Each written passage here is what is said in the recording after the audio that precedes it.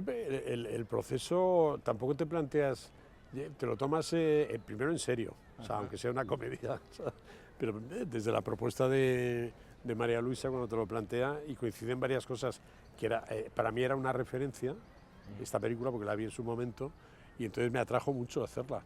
O sea, a partir de ahí, cuando te pueden ofrecer un proyecto que no has generado tú, de pronto puedes decir, bueno, ya veré, lo voy a pensar, pero yo creo que no dudé.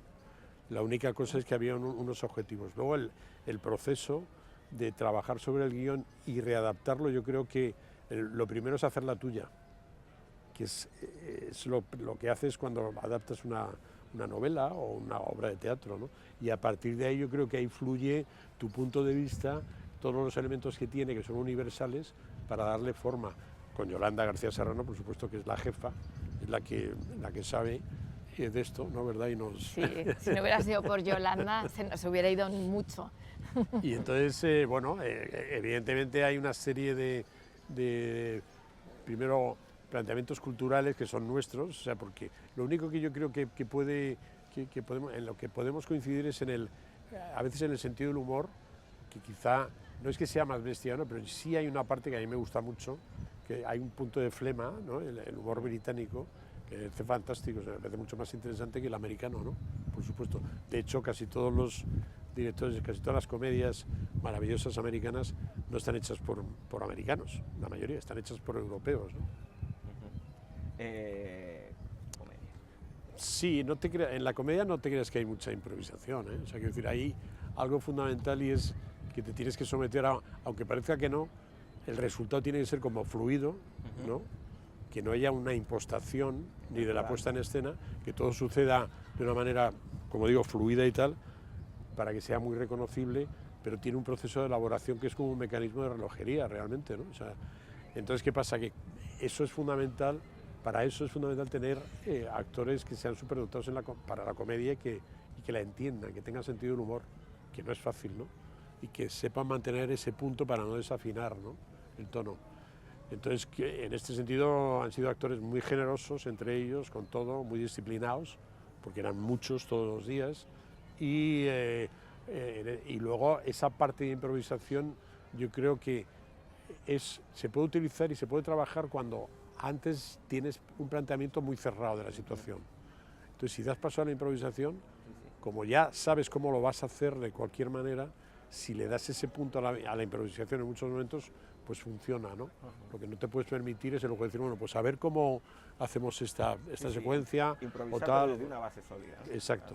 Y de hecho te diré que concretamente Manolo es que a mí me sorprendió mucho porque yo nunca había trabajado con él y a mí me sorprendió mucho que nos pidió que el decorado estuviera hecho una semana antes porque quería ensayar una semana entera con los actores en el mismo set, lo cual que son coreografías. Que para arte eso es complicadísimo porque le estabas pidiendo que una semana antes estuviera todo, pero sí. Pero además es que es curioso porque casi nunca lo puedes hacer, porque realmente en el cine español nos manejamos de una manera que difícilmente puedes ensayar en las localizaciones donde vas a rodar, ¿no? Te lo tienes como que imaginar y entonces hacen trabajo de mesa y tal, pero en este caso, afortunadamente, aquí por mi productora... O sea, que normalmente no te lo dan y yo te lo di pensando que te lo daban todos, me engaño. No, porque entiendes perfectamente lo necesario. ¿Políticamente incorrecto? No. Somos libres, somos muy libres. Es verdad, sí, no, yo no me...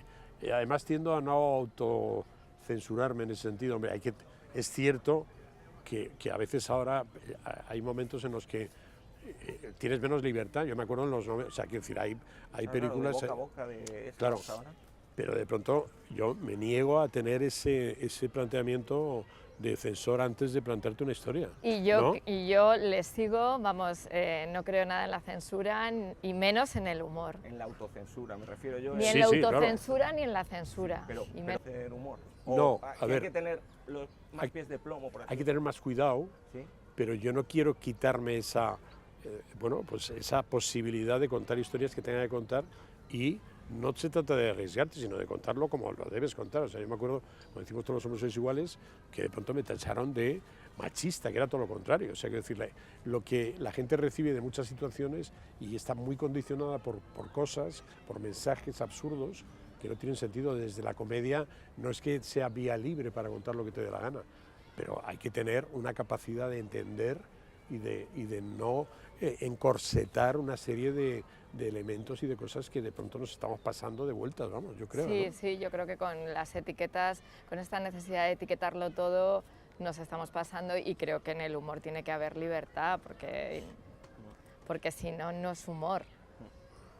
Mira, María Luisa, lo que criticaron tus palabras, ¿qué les dirías? Es que sabes lo que pasa, que no cambiaría ni una coma del discurso que hice.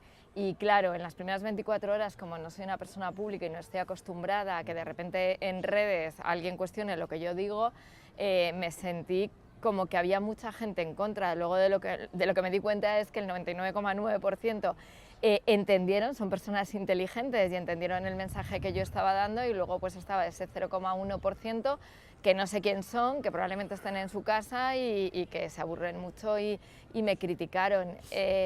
Es que si tú coges palabra por palabra de todo mi discurso, no hay nada que nadie me pueda decir que es criticable. Pero para hacer películas... Cosa que me parece lógica, que la industria tenga un equilibrio entre el cine comercial y el cine de autor. Reivindiqué la libertad de expresión, reivindiqué a las víctimas del terrorismo y que acordarnos de las víctimas del terrorismo, que son muy recientes, también es memoria histórica.